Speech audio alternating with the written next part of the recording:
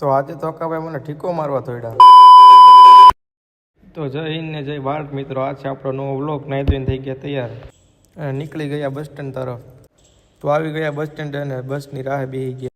થોડી વાર બેઠા હતા, બસ પણ મળી ગઈ હતી અને થોડાક જ આગળ જતા આપણી બાજુમાં બેઠા હતા, નીંદર કરતા હતા. પછી આવી ગયું અમરેલી, તો ઉતરી ગયા અને આવી ગયા પછી ચા પીવા. ચા વિના મને ચેન પડે નહીં. ચા પી નીકળી ગયા આઈટીઆઈ તરફ. આ આવી ગયું આઈટીઆઈ. તો મિત્રો આજે પાછા ફરીથી વહેલા છૂટી ગયા. ફરીથી આવી ગયા બસ સ્ટેન્ડે.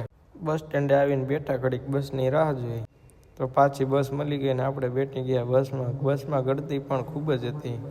ઘરે પીકા તો પાણીપુરીની લારી હતી અને મારા દાદા કે મારે પણ ખાવી છે. પાણીપુરી ખાઈ નીકળી ગયા હકાભાઈની શોધમાં. હકાભાઈ પણ મળી ગયા હતા, ગામમાં હતા. પછી અમે ત્રણે નીકળી ગયા દુકાન સાઈડ. મેં હકાભાઈને પૂછ્યું પછી આપણે ક્યાં આવ્યા છીએ. શું લેવા? માવો ખાવા. પછી હકાભાઈ બીડી હળગાવતા હતા તો મેં કરી એની થોડીક રમત. બીડી પીવું તને ખબર નથી પડતી કાળિયા, આવ્યો ને નાખી દે. પછી હકાભાઈને એનર્જી ડ્રિંક લઈ દીધી. પછી ગયા અમે ઘરે અને દીધું હકાભાઈને ટિફિન. તો હકાભાઈએ દાંત કાઢ્યા કેમેરા સામે જોઈને. ફરીથી નીકળી ગયા હકાભાઈના ઘર તરફ, તેને ઘરે મૂકવા.